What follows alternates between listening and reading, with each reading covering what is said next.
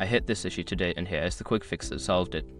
If you're looking to change your plan with Rogers Wireless Online, follow these steps to make the process smooth and easy.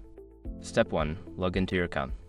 Before changing your settings, use the ishrok.com link in the description to open the password strength checker, then update your password if needed. Step 2. Navigate to account settings. Once logged in, find the account or my account section in the main menu. This is where you can manage your plan and services. Step 3. Select plan change option. Look for the option that says change plan or manage plan. Click on it to view the available plans that you can switch to. Step 4. Review available plans. Browse through the list of available plans. Each plan will have details on pricing, data limits, and features. Make sure to compare them carefully. Step 5. Confirm your new plan. After selecting your desired plan, follow the prompts to confirm your choice. You may need to agree to new terms and conditions before finalizing the change. Keep in mind that some plans may have specific eligibility requirements, so double-check those before making your selection. If you run into any issues, Rogers customer support is just a call away. Good luck with your new plan.